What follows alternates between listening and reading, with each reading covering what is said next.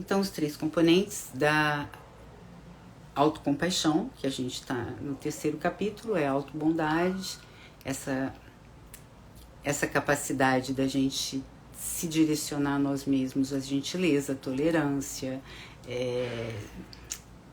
e ser amável com a gente mesmo. Então, esse componente da autobondade, o componente de reconhecer que nós, todos humanos, a gente tem características de sociabilidade, a gente precisa da conexão humana, isso faz parte de todos nós. E o último componente é a atenção plena, né? Essa capacidade da gente lidar com as questões, nem tanto com um dramalhão, com uma dor tremenda, e um estardalhaço todo, espalhando a nossa dor para tudo que é lado, nem com uma empolgação tremenda quando está tudo dando certo, por exemplo, que a gente começa a fazer um monte de coisas aí e perde um pouco a estribeira do negócio, como, por exemplo, gastar muito, etc. Então, a gente conseguia estabelecer esse equilíbrio através da atenção plena, que é a tradução de mindfulness, né? Então, são esses 3 componentes: a autobondade, a conexão humana, que é uma condição de todos nós, a gente precisa se conectar, e a atenção plena. Então, ela vai falar agora sobre cada um desses aspectos, né? A autobondade, para Christian Duff, a gente pode aprender, porque como qualquer habilidade, tudo que a gente se disponha a praticar, a aprender, a desenvolver, a gente consegue resultado. Então, a gente pode desenvolver isso, a gente pode alimentar, por exemplo, aspectos mais saudáveis da nossa vida, ao invés do que a gente costuma fazer. O que a gente costuma fazer, né? O que de um modo geral a gente aprendeu que é o contrário de autobondade? A gente aprendeu que a gente tem que ser forte, que a gente não pode demonstrar a nossa dor, porque isso é sinônimo de fraqueza. A gente tem que controlar o nosso sofrimento, isso significa não deixar ninguém perceber, isso significa a gente se contrair todo para poder não demonstrar as nossas fraquezas. A gente também alimenta diálogos internos de autodepreciação, né? A gente viu agora no capítulo 2 o nosso chicotinho interno, como é que ele é poderoso, como é que ele é potente. A gente faz isso com muita competência, né? Então, a autobondade entra aí como um antídoto para isso, né?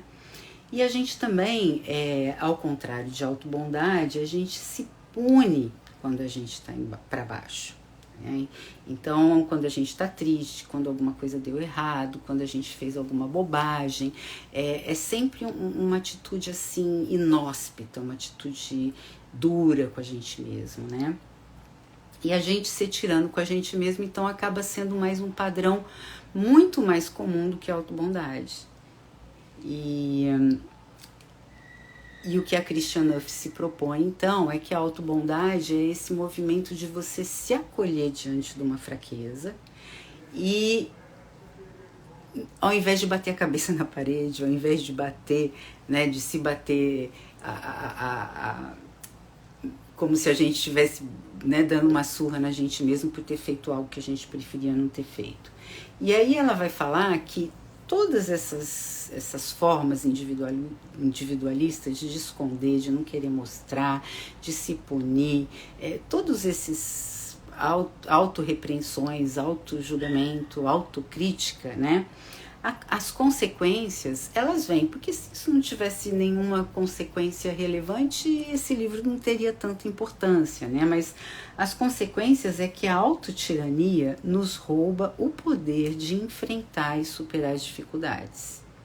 Então, o que isso pode significar em termos da nossa vida como um todo, né? Se rouba o nosso poder de enfrentar e de superar, a gente fica com as dificuldades meio que ruminando, né? Que é mais ou menos isso que acontece. A gente tem uma capacidade de ruminar problema, de ruminar dúvida, de ruminar medo, de ruminar questões que já aconteceram lá atrás e a gente fica trazendo isso para o presente o tempo todo e sofrendo igualmente.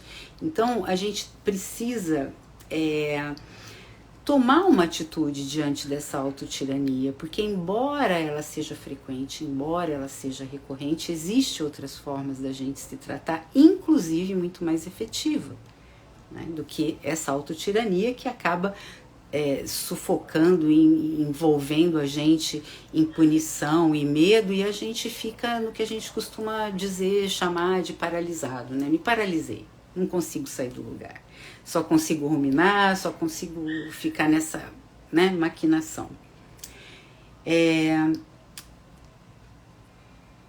por que então a gente desenvolve com muito mais frequência na nossa cultura e a gente é estimulado a desenvolver a autocrítica? O que acontece, né? Muitos, segundo a Christian Neff, não se sentem capazes de exercitar a autobondade. É quase que alguma coisa que quando você toca nesse assunto, não, isso é muito difícil para mim, como se fosse uma sentença assim, eu não vou conseguir, né? Mas isso é mais fácil do que parece. Então isso é o que esse livro se propõe. Isso também é os resultados de estudos e pesquisas que a Christine Neff vem fazendo nos últimos 20 anos. Então, a questão da autocompaixão não é nenhuma novidade, e também os estudos sobre a autocompaixão são muito reveladores no sentido da efetividade. Tanto para demonstrar o quanto que a autocrítica pode fazer com que a gente passe uma vida toda, né, na insatisfação, na falta de contentamento, no conflito, né? E o quanto que a autocompaixão pode nos levar para um lugar muito mais saudável, muito mais funcional, onde a gente pode reconhecer, reparar, superar as nossas dificuldades e os nossos erros, né? Que também faz parte da condição humana. Então, ela diz que para a gente conseguir estabelecer essa autobondade, a gente precisa compreender as fraquezas ao invés de condená-las. Então, o que acontece normalmente, que isso está mais ou menos descrito no capítulo 1, é que a gente não quer entrar em contato com a nossa fraqueza, então a gente usa como mecanismo de defesa se mostrar para o outro muito melhor e perfeito do que a gente é, ou até poderia ser, porque perfeição não existe. E com isso a gente fica sabendo que a gente não é tão bom assim, mas ao mesmo tempo com aquele esforço de ter que mostrar que a gente é melhor. E ao passo que se a gente compreende a fraqueza como condição humana, a gente tem condição de encará-la de uma maneira muito mais suave.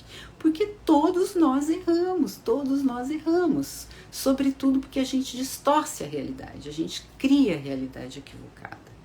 Então, acolher significa isso, a gente poder trazer para a gente, reconhecer, e a partir do reconhecimento, então, a gente encontrar meios de superar.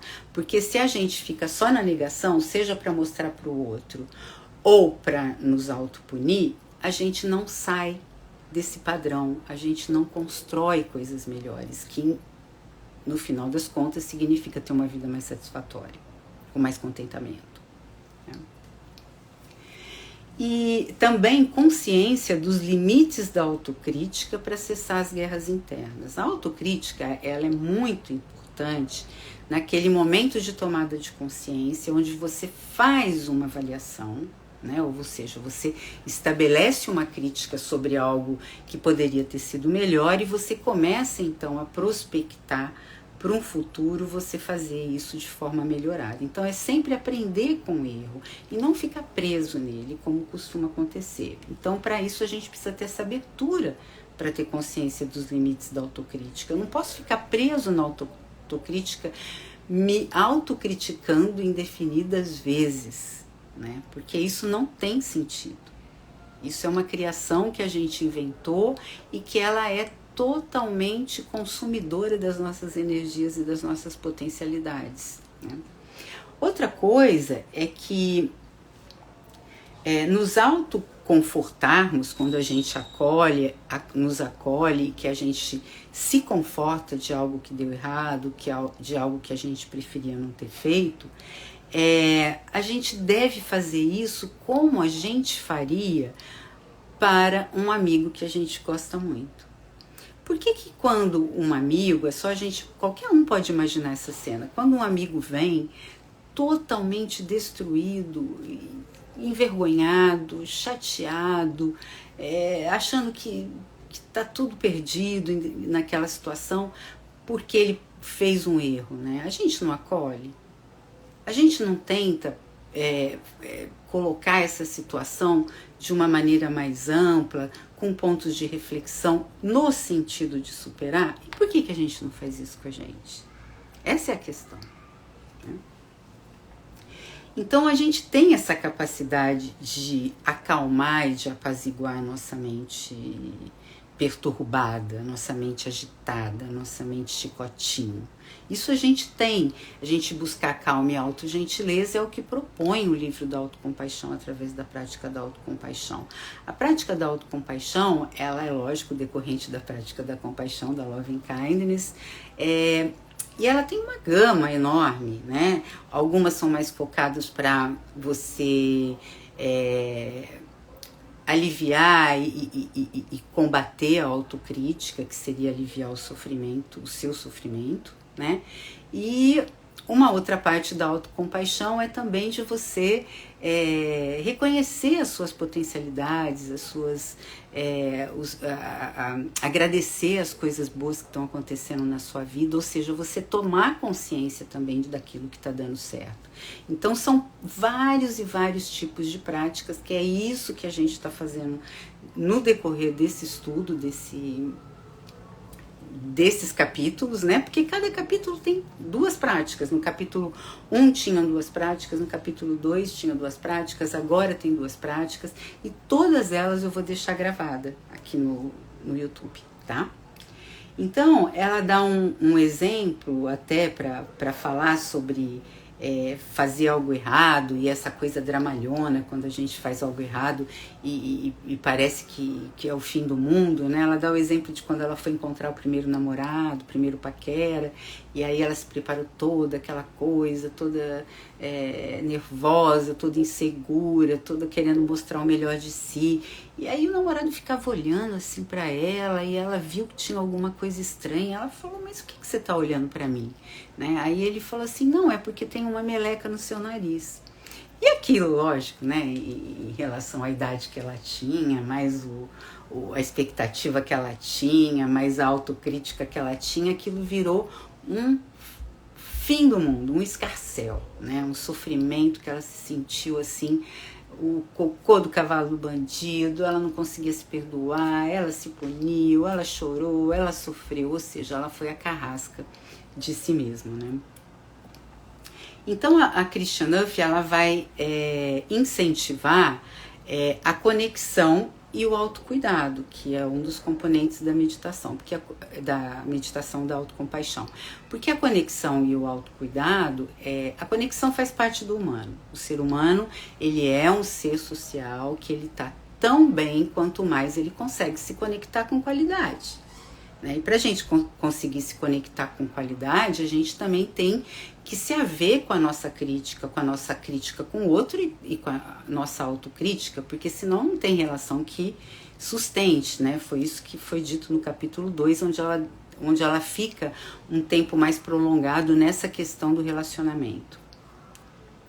Então ela sugere, então, nessa conexão e autocuidado, ela destaca que o nosso cérebro e o nosso corpo naturalmente é capaz de dar e receber cuidado. Então não é nenhuma invenção nova da ciência, nem nada, né? E essa função do cérebro de naturalmente ser capaz de dar e receber cuidado também diz respeito à sobrevivência, tanto quanto as áreas que são acionadas quando a gente precisa entrar em fuga por medo ou insegurança, tá? Então esse sistema de conexão, ela traz esse sistema de conexão abrindo um pouco o leque desse entendimento, trazendo para a conexão dos mamíferos, né? Então os mamíferos, de uma forma geral, eles dedicam tempo e energia para cuidar dos filhotes. Então ela dá o exemplo que nos répteis não é assim, né? Os répteis, por exemplo, quando nasce o filhote, a mamãe cobra não cuida mais, às vezes até come, né? E nos mamíferos isso não acontece. Os mamíferos passam um longo período cuidando e só deixam de cuidar quando o cuidado não é mais necessário, né? E então essa característica do mamífero de cuidar, de não abandonar os filhos após o nascimento, de proteger do perigo, são emoções que ninguém precisa ensinar, elas surgem naturalmente. Porque, olha, independente de todas as condições que a gente teve aqui, de pai ou de mãe, o fato é que a gente não sobreviveria sem algum tipo de afeto e cuidado, né? O ser humano, então, em relação aos demais mamíferos, ele é muito mais dependente. Então ela diz que crianças desenvolvem vínculo de conexão segura com os adultos toda vez que as suas necessidades são supridas. Então no capítulo 2 a gente trata muito disso também, que toda vez que você tem uma relação com os pais ou os responsáveis por essa função materna e paterna, onde você não encontra uma conexão de confiança, né? A gente pode falar confiança básica, né? Uma confiança mínima para você se construir a partir dali, você começa a ter os problemas dos adoecimentos. E aí ela apresenta esse livro todo permeado por estudo, né? Não só os estudos dela de autocompaixão, como cada exemplo que ela dá ou cada afirmação que ela faz, ela traz um estudo equivalente. Então ela vai trazer o estudo com crianças que ela vai, que esse estudo verificou essa questão nas crianças de confiança e desconfiança. Como é que isso se dá, né?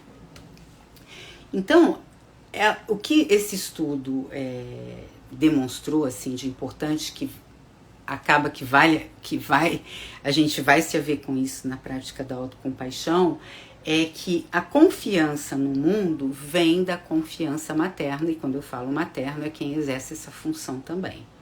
Então, se eu tenho pouca, menos ou escassa proteção, suprimento quando eu preciso, incentivo quando eu estou desmotivado, apoio para levantar voo. Se eu não tenho ou tenho insuficiente, não ter é impossível, que a gente não sobrevive. Mas se eu tenho escassez disso, se eu tenho insuficiência, essa desconfiança, ela vai se estender para as nossas relações. Isso também está bem colocado no capítulo 2. Então, quem tem escassez em relação à confiança nos pais também se mostra inseguro. E significa porque os filhos eles absorvem a mensagem de que eles não podem confiar. Isso fica como uma marca muito profunda. A criança é muito permeável. Como ela não raciocina como os adultos, a emoção que vem, ela ocupa um lugar muito maior. E a emoção imprime mensagens, a emoção imprime reprodução dessas emoções quando você se vir em situações que te remetem àquilo. Às vezes nós adultos, a gente não sabe fazer a leitura exatamente, que a gente está reproduzindo, que a gente está trazendo uma coisa lá de trás, mas o fato é que o inconsciente é atemporal e ele vive isso em forma de emoção. Por isso que a gente tem que cuidar muito, porque senão a gente tende a repetir esses padrões indefinidamente, né? Então, se uma criança é insegura em relação aos pais, elas passam a entender que elas são indignas de amor e que não podem confiar nos outros. Olha só a confusão que vai se formando, né? Porque isso acontece como causa e efeito. Não é nem querer culpar os pais ou colocar muita responsabilidade nos pais. Eu sempre digo, né? Eu dou sempre aula de aprendizagem, aí eu tenho que falar, eu também dou aula de desenvolvimento humano. Quando a gente vai fazendo essa escala de desenvolvimento humano com base no que cada um é capaz de aprender em cada etapa da vida, a gente tem que entender que até 5 anos, sobretudo, a criança não se safa sozinha. E a figura do adulto, então, nesses primeiros anos, vai imprimir a sua marca, não tem jeito. Então, os pais são, sim, responsáveis, as condutas deles têm, sim, consequências positivas ou negativas. Então, a gente tem que estar muito atento a isso para não dificultar a vida dessas crianças, né? Por exemplo, de estender esses vínculos de desconfiança dos pais e isso ser perpetuado nas relações interpessoais, seja com par romântico, com colega de trabalho, com vizinho, né? Então a gente tem que ficar atento a isso. E aí ela chega no ponto dos relacionamentos românticos, né? Porque para Christian Neff e para essa vertente da autocompaixão, o que acontece? Perceber quando criança que a gente tem valor, que a gente é digno de atenção, faz com que a gente não tenha nenhuma vocação para tolerar relacionamentos abusivos, por exemplo. Porque a gente não conhece isso, né? Agora, essa mensagem de que a gente não pode depender das pessoas o tempo todo pode melhorar um pouco. Então, isso, por exemplo, se você não teve esse aporte, esse suporte, esse apoio, esse amor, essa fartura de cuidado e afeto durante a infância, quer dizer que a tua vida está fadada ao fracasso? Não. Felizmente, tem várias formas da gente melhorar isso.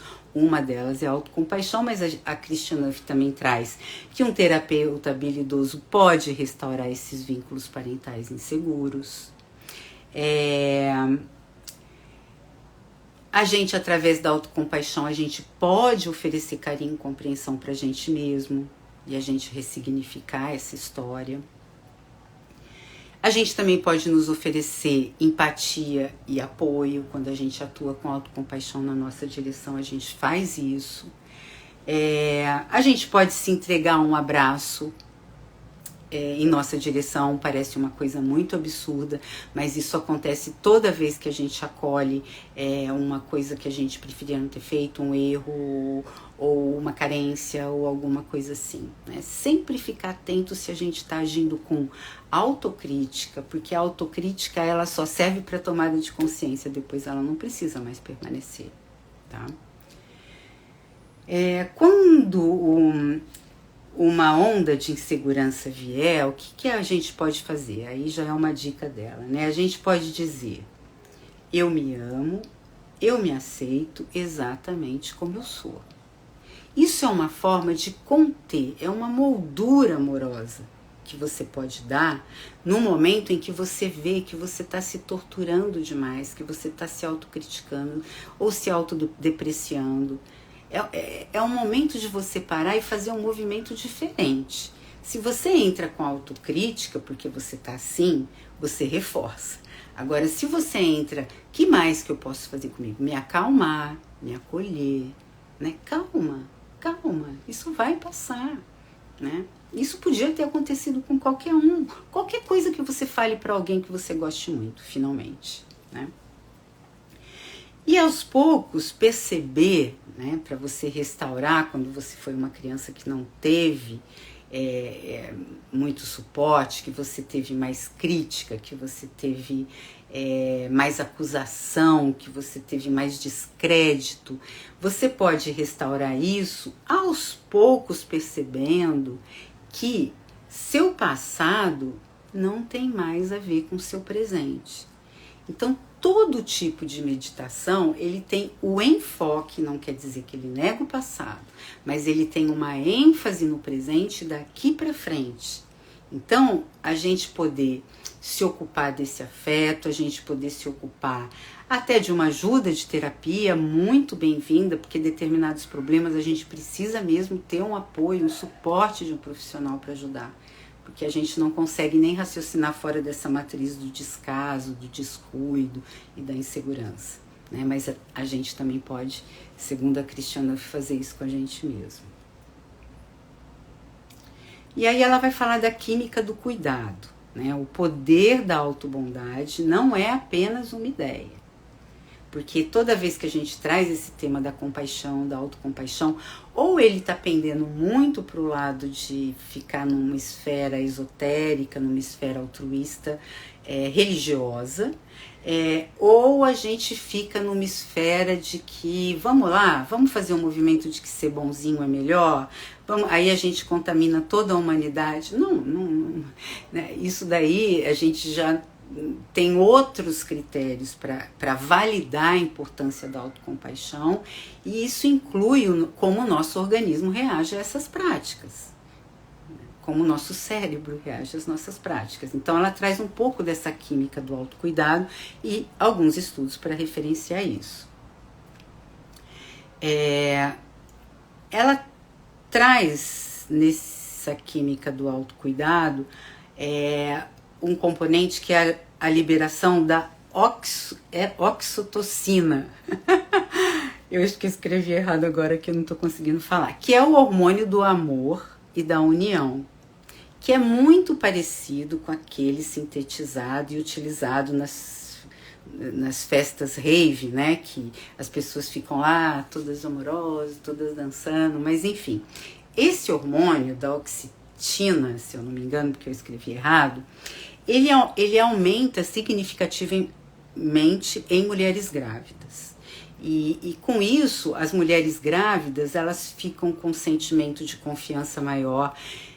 Realmente, eu me lembro especialmente da minha primeira gravidez, e muitas mulheres relatam isso. É uma autoconfiança, é um poder, é uma coisa assim, né, que você realmente se sente muito poderosa no sentido da confiança, né? E isso, então, é a liberação da oxitocina.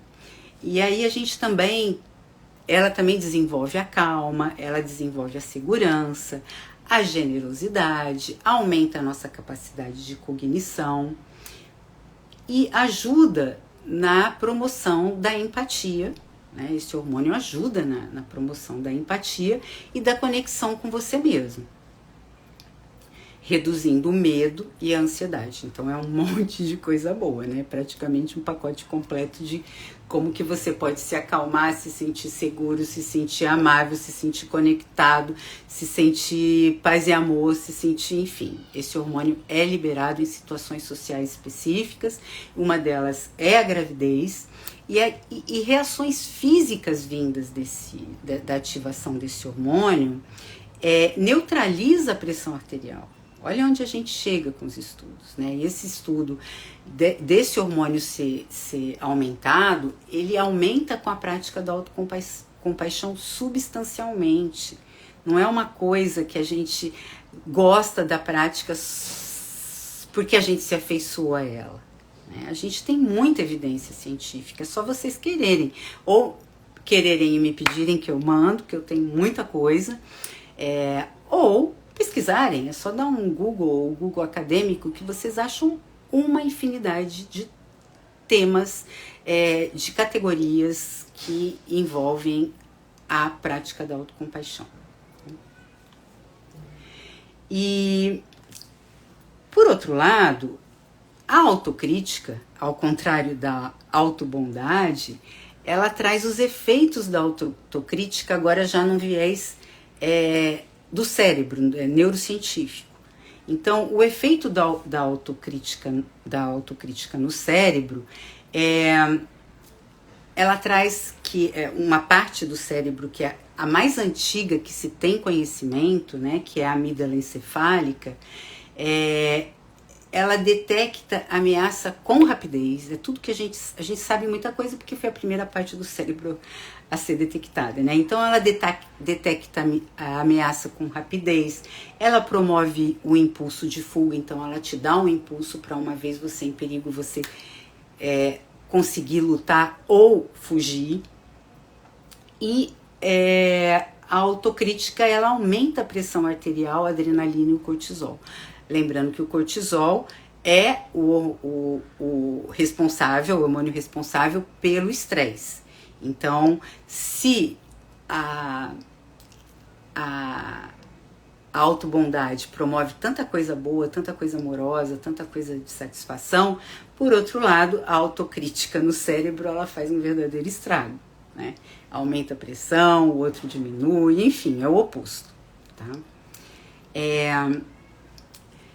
Já o efeito da bondade no cérebro, ele costuma ser medido através de ressonância magnética. Então, coloca-se lá a pessoa ou as pessoas, dependendo do estudo, no aparelho de ressonância, e como o cérebro ele é muito bem mapeado, especialmente nos últimos 10 anos, onde se conhece mais do cérebro do que em toda a história da humanidade, então a gente já conhecia essas áreas em função de muitas coisas. O que deixa deprimido, o que sai da depressão, o que deixa triste, as áreas que alegram, as áreas ou os circuitos, tá? Ou as substâncias.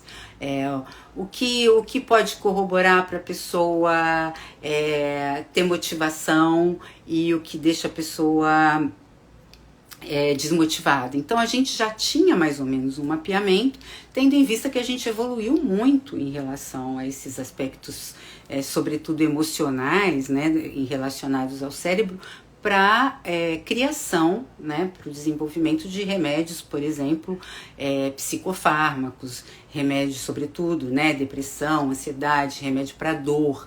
Então a gente tem um mapeamento relativamente importante. É lógico que o cérebro ainda a gente tem muito que avançar, mas o fato é que a gente está avançando muito e muito rapidamente. Não à toa a neurociência se tornou uma ciência privilegiada em termos de descoberta. Então, o efeito da bondade no cérebro, e segundo o Richard Davidson, que é o neurocientista que eu sempre trago, porque realmente ele é foda, né? Ele é o neurocientista que mais faz pesquisas nessa área, mas também há mais tempo, né? Já mostrou e continua mostrando muita coisa. É que a base do cérebro saudável é a bondade. Então, a gente está aqui justamente falando sobre os efeitos da bondade no cérebro. Então, se a base de um cérebro saudável é a bondade, tudo que a gente quer é ter cérebro saudável, seja para prestar atenção, seja para você dormir bem, seja para você ter memória, seja para você não perder memória, que é um temor que todo mundo tem. Então, é bom a gente saber. Isso daí é uma evidência clara, dita pelo Richard Davidson. A base de um cérebro saudável é a bondade. Então, como que o cérebro, no aparelho de ressonância magnética, ele reage ao fracasso pessoal e à autocrítica? Então, nesse estudo que a Christian Neff traz, especialmente, né, os participantes que vão entrar lá na máquina para serem escaneados, o cérebro escaneado, eles, no decorrer das medições, enquanto ele está na máquina, ele é levado por um interlocutor que vai dizendo para ele a imaginar, ou seja, a criar realidade mental, de que ele recebe uma carta sendo recusado pela terceira vez consecutiva em uma seleção de trabalho. E toda a condução, então, dessa tomada de consciência do fracasso é levado para o participante, pelo interlocutor, a ser vivenciado pelo viés da autocrítica. Então, o que aconteceu? Né? Então, a pessoa foi se punindo, a pessoa foi se autodepreciando, enquanto ela estava ouvindo, ela foi criando todas as histórias as quais o interlocutor lá estava, né, passando para ela. E aí percebeu-se que nesse escaneamento, nessa circunstância da autocrítica, ativou as laterais do córtex pré-frontal e do anterior dorsal, áreas associadas com processamento do erro e resoluções de problemas.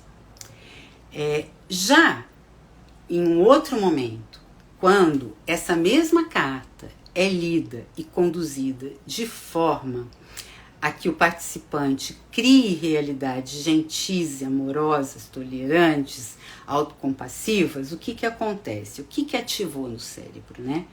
Ativou uma outra área, que é o polo temporal esquerdo e a ínsula. Não quero parecer que eu entendo de neurociência, mas assim, a gente estuda para poder entender essas diferenças de um modo de vista amplo, como eu estou falando com vocês.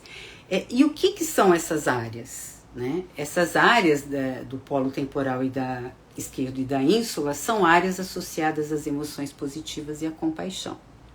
Então isso dá, em termos cerebrais, uma outra paisagem interna para todos os circuitos, especialmente se a gente quiser dividir assim, a autocrítica faz um estrago no sentido do mal-estar e do desconforto, e a autobondade, ela faz todo o contrário, né? Ela aciona tudo que a gente tem ali para desenvolver os circuitos, ampliar as áreas responsáveis pelo bem-estar, pelo contentamento, pela satisfação. E a autobondade permite o quê? O que eu ganho em desenvolver a autobondade no final das contas, né? A gente ganha segurança para reagir diante de situações problemáticas, desfavoráveis, sofridas e tal. Porque a gente tem que entender que a vida humana preciosa, que a gente tem que agradecer muito, porque, né, a maioria das coisas dá certo a maioria do tempo. Agora, por exemplo, a gente está aqui e tal. Agora, se eu fico preso na autocrítica, eu não tenho impulso para reagir, quanto menos para superar. Então, a autobondade, ela precisa ser cultivada, inclusive por uma questão muito prática. A gente conseguir lidar com as desaventuras da vida em direção à superação, porque a vida não vai deixar de apresentar problema para nós até o fim. É a velha história. Não é a questão do sofrimento, do problema, é como você lida com ele. A gente sempre tem que estar aberto, disposto, buscar ferramentas em direção a superar as nossas disfuncionalidades, os nossos padrões disfuncionais. A gente tem obrigação disso, porque senão não é nem questão do outro, fazer o outro sofrer. A gente vai passar essa trajetória toda, essa experiência fantástica da vida com insatisfação, né? Isso daí é uma loucura. Eu acho que é um preço o mais alto, é impossível. Que preço poderia ser mais alto que esse, né? E então, com a autobondade, a gente também deixa de operar na zona do medo. Olha só, a gente ganha segurança e a gente deixa de operar na zona do medo. Se eu deixo de operar na zona do medo, olha quanta coisa que eu posso fazer com a minha energia de segurança e confiança. Eu posso conduzir toda essa energia e direcionar, relocar, colocar atenção naquilo que merece, né? Naquilo que pode dar certo, naquilo que eu posso superar, naquilo que eu posso melhorar, naquilo que eu posso, enfim, né? A gente sai do ambiente aterrado ali do problema e a gente então opera sem medo em direção à superação. A gente ganha liberdade para realizar os nossos sonhos com mais confiança. Aí ela fala do poder da carícia gentil, que é quando a gente trata nós mesmos da forma como faríamos com um amigo. Então ela sempre volta, e eu também sempre toco nesse ponto, porque ele é repetitivo, mas ele se repete tanto na nossa vida que isso tem que ser lembrado, né? Por que a gente acolhe tanto alguém que a gente ama e a gente não consegue se acolher? Então, quando você estiver sendo duro com você mesmo, e quem medita tem isso mais claro, vem cá, será que eu preciso fazer isso comigo? Vem perguntas assim, será que eu preciso fazer isso comigo? Será que eu preciso ficar nessa posição de autocrítica e de autopunição? Ou será que eu tenho algo melhor a fazer por mim? É sempre uma questão. Sempre uma questão. E você, a partir dessa questão, você trazer para mais perto aquilo que realmente importa. aquilo que realmente tem valor, aquilo que realmente vai fazer a diferença.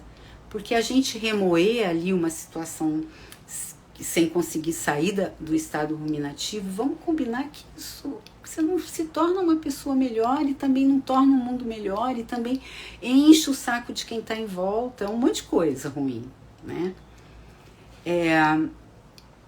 Então, ela mesma nessa situação, ela traz um exemplo de quando ela, Christie, se sentiu muito mal quando o desconhecido questionou a integridade e a honestidade dela. Então ela entrou numa pilha que nem é preciso a gente pegar alguém conhecido, porque certamente isso já aconteceu com a gente, que é assim,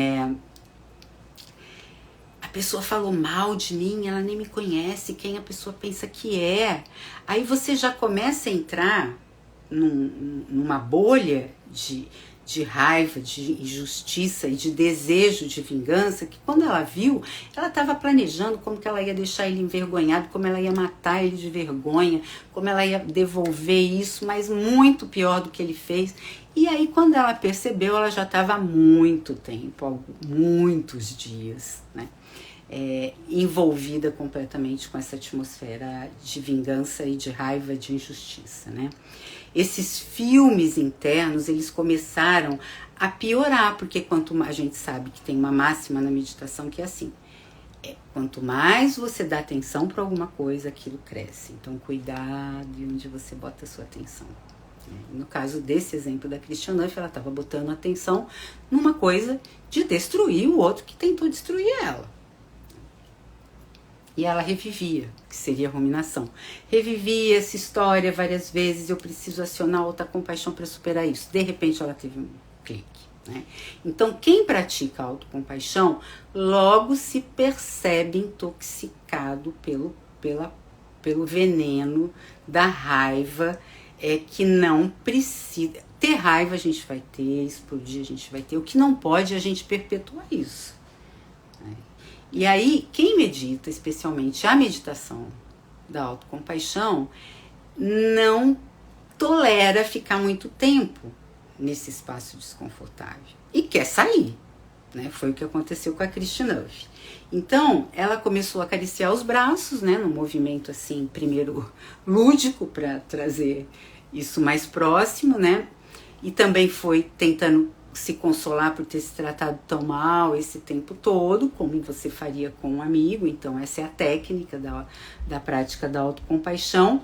E nesse exato momento de tomada de consciência, de inversão da autocrítica para o autocuidado, ela deixou de ventilar a raiva. Isso é muita coisa. Porque a raiva, a gente sempre ouve isso, é um veneno que a gente toma e que estraga a gente. O outro não tá nem sabendo que a gente tá ali com aquela raiva que a gente...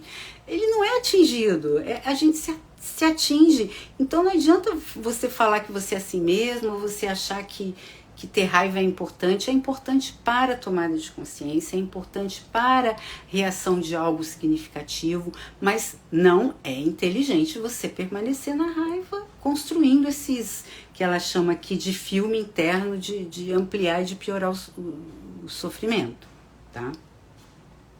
E aí, nesse ponto, ela deixou de ventilar e ela mudou a abordagem. E aí, vida que segue, ficando esse rastro de ódio para trás de alguma maneira. Ela percebeu que a negatividade daquela pessoa não tinha absolutamente nada a ver com ela, né?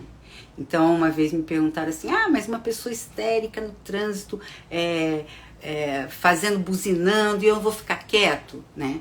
Então, se você quiser, né, internalizar a raiva, é fácil, é só um impulso.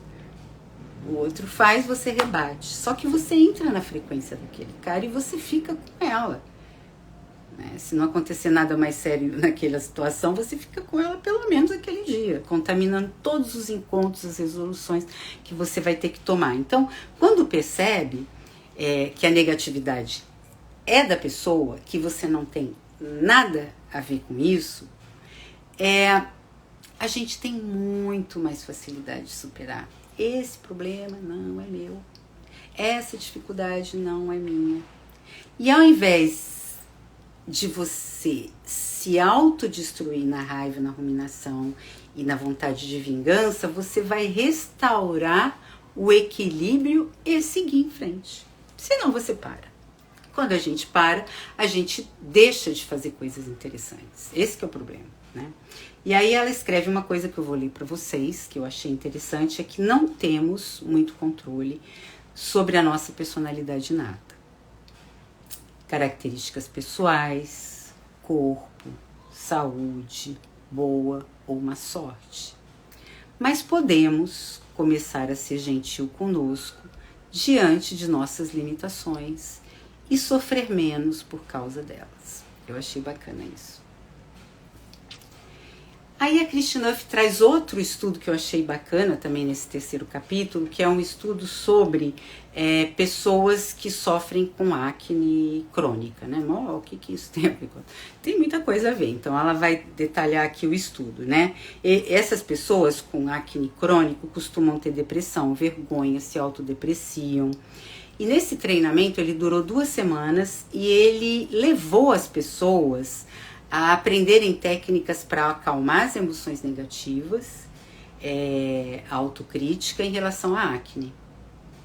E foram estimulados, por exemplo, nesse capítulo 3 tem um estudo lá, mas elas foram estimuladas, por exemplo, nesse estudo, a escrever frases autocompassivas. Tipo assim, eu aceitaria um amigo nessa situação e eu quero me aceitar também.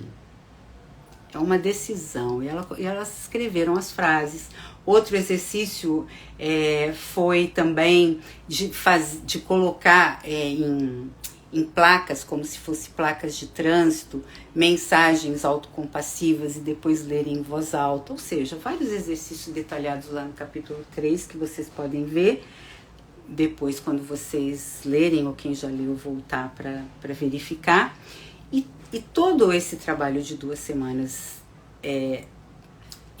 com esse grupo diminuiu, verificou-se, né? Finalmente a pesquisa evidenciou a diminuição da depressão entre os participantes e a diminuição do grau de incômodo físico do próprio acne, que costuma arder, que costuma repuxar, Então, o próprio sintoma causado pelo acne também melhorou. Isso é muito comum com estudos em meditação, por exemplo, o primeiro do Kabat-Zinn, que foi o estudo de dor crônica em 79, que a gente usa até hoje o protocolo dele, porque a gente coloca a nossa atenção, direciona a nossa atenção, a dor não desaparece, como o acne não desaparece, mas melhora significativamente a minha forma de lidar com ele.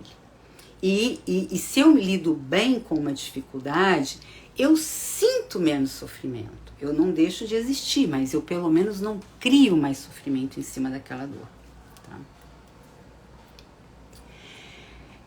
Aí tem uma pergunta que ela lança logo em seguida, que quais as qualidades de coração e mente que queremos incentivar em nós mesmos? Então essa é uma pergunta típica da autocompaixão, né? Então a autocompaixão a gente quer, a gente fala mente, coração, lembrando sempre uma característica ocidental, que é a gente entender a mente como razão, né? E nessa perspectiva da meditação, super parecida com a perspectiva budista, a mente é emoção e razão, né? Para os orientais budistas e também a tradição védica, por exemplo, o que comanda todo o nosso humor, as nossas decisões, os nossos planos, é a emoção. Então tem vários estudos sobre isso. Esse é um assunto que eu particularmente adoro, porque realmente eu penso que se você quer conseguir alguma coisa, você tem que tocar o coração do outro. Se você não tocar o coração do outro, você pode ter o melhor argumento, você pode falar muita coisa, você pode retrucar, você pode ter uma retórica maravilhosa, mas se você não tiver a habilidade de tocar o coração do outro, não adianta você vir com esse equipamento racional todo, que inclusive muitas vezes ele provoca mais conflito, né? E a vontade no outro de te confrontar, né? Disputa de quem tem razão, sabe? E então, se a gente desenvolve gentileza e autocuidado com os julgamentos e as críticas, se a gente manter isso na nossa direção, e como que a gente mantém isso? Através de uma prática regular, gente, não tem milagre. Ah, mas você tem que fazer sempre? Sim, né? Senão você, sabe, você vai deixando de ter familiaridade com esses aspectos e vai deixando de ter os benefícios, né? Então, meditação é pra gente praticar diariamente, até porque ela não exige tanto, por exemplo, você não precisa trocar de roupa, você não precisa ir na academia, você pode treinar ali em qualquer lugar, né? E com esse treino de autogentileza e autocuidado, o que acontece? Você vai naturalmente enfraquecendo a força da autodepreciação, que é uma coisa muito comum em todos nós. E com isso, a gente se autodepreciando, se autojulgando, se autocriticando menos, a gente então tem muito mais chance, né, de poder viver com alegria e contentamento. Então, quando o Richard Davidson fala a base de um cérebro saudável é a bondade, ou então a questão da felicidade, né, a felicidade é do que você dá e não do que você recebe, que seria, né, uma coisa mais próxima da compaixão, já que a gente está falando de autocompaixão. Tudo isso é porque o contentamento, ele vem do amor, da gentileza, do autocuidado. Ele não vem de outro lugar. Não vem. Então a gente tem essa oportunidade de se aproximar. E por isso então que eu estou fazendo esse estudo aí, buscando divulgar bem esse livro, que é um dos meus livros, se não o meu livro predileto. E aí ela fala, o testemunho dela, esse livro é permeado de histórias dela, pesquisas acadêmicas relacionadas a cada assunto que ela traz, e também os próprios pesquisas dela, né? Então, o que ela diz? O que eu aprendi, né, com a autocompaixão? Capacidade de me enxergar de forma clara e inteira. Isso significa que essa clareza me permite, quando eu erro, não me reduzir ao erro. A gente é muito mais que o erro. Ou quando tem um problema acontecendo, a gente não focar em reduzir a nossa vida àquele problema. Tem muito mais vida além desse problema. Então a autocompaixão ajuda nesse sentido, a gente se enxergar de forma clara e inteira. Outra coisa, aprender com os erros. É muito mais interessante do que a gente ficar alimentando ruminação de erro. Ir em direção a reparar o que for possível. Porque uma coisa, gente, é o seguinte, eu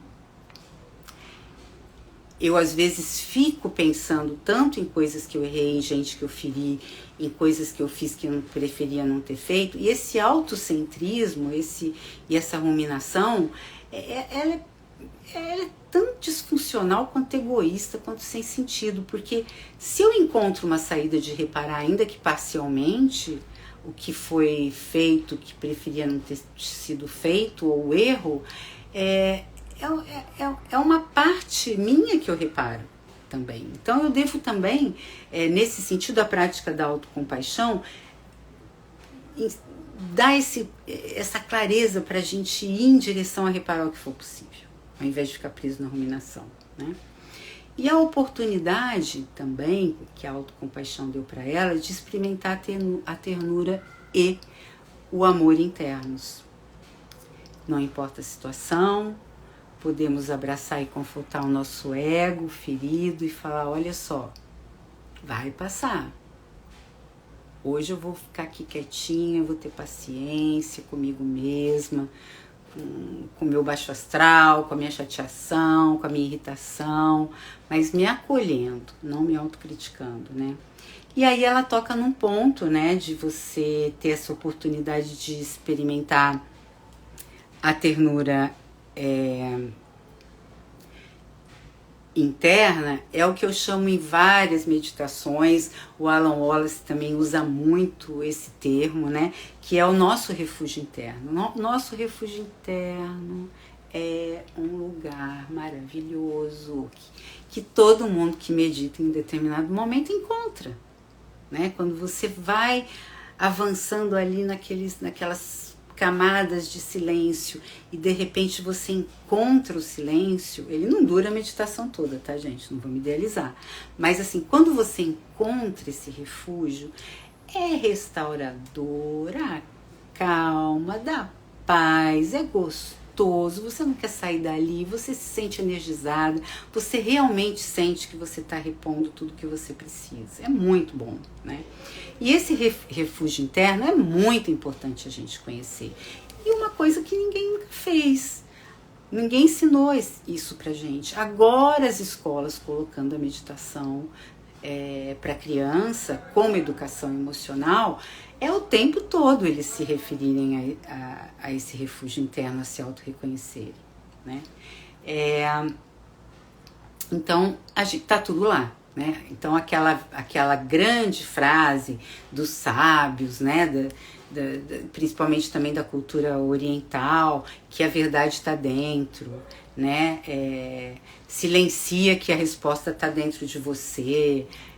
Tudo isso que a gente sempre ouve parece não balela, porque a gente também, mesmo quem não acredita muito em meditação, sabe que, né, a resposta está dentro. Você precisa ter clareza, né? Você não pode estar com a cuca ruim, porque senão você não vê com clareza, mas que está dentro, está dentro. Né? Por isso que quando a gente melhora, ou quando a gente é ajudado, que a gente tem um insight, fala, putz, por que eu não pensei nisso antes? Né? A gente sempre fala isso, né? Porque clareou, né? Desanuviou. Então é isso. Aí a gente chega ao final do 3º capítulo, né? De olho aí nessas questões todas. Esse 3º capítulo também tem as 2 práticas correspondentes que eu vou deixar no YouTube. E que todos vocês tenham aí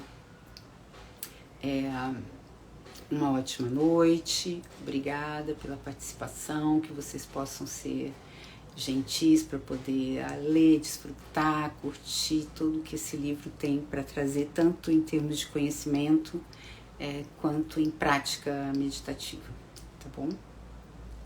E obrigada. E outra coisa que eu queria pedir para vocês o seguinte, gente, esse trabalho eu tô fazendo assim um insight meditativo que eu tive, mas a minha motivação para fazer esse trabalho é tornar esse livro uma leitura mais fácil, não porque é um livro fácil, mas mais abrangente, que possa acessar mais pessoas, que eu possa também motivar com essa leitura comentada que mais pessoas leiam esse livro, sobretudo porque eu também disponibilizo as práticas que são efetivamente ferramentas para desenvolver autocompaixão em cada capítulo. Então, dê uma forcinha lá no YouTube com um ok, um joia, porque, por exemplo, eu não sei mexer com a internet muito bem, então eu não sei nem postar no YouTube, né? O Henrique, obrigada Henrique, que eu contatei para que me ajuda a botar lá toda semana. Então a dificuldade assim não é nem gravar, não é nem preparar a aula aqui, né? Porque como eu sempre digo, isso é uma coisa que eu gosto, porque eu também, quem estuda, quem prepara a aula também se alimenta desse conhecimento. Mas assim, para divulgar, para compartilhar, para esse pedido, para que essa minha motivação vocês possam me ajudar a realizá-la, né? Para mais gente. Então curta lá, é um canal do YouTube que eu vou ter que deixar porque o vídeo é muito grande. Mas é isso. Então, ótima leitura, fiquem bem, até o próximo capítulo.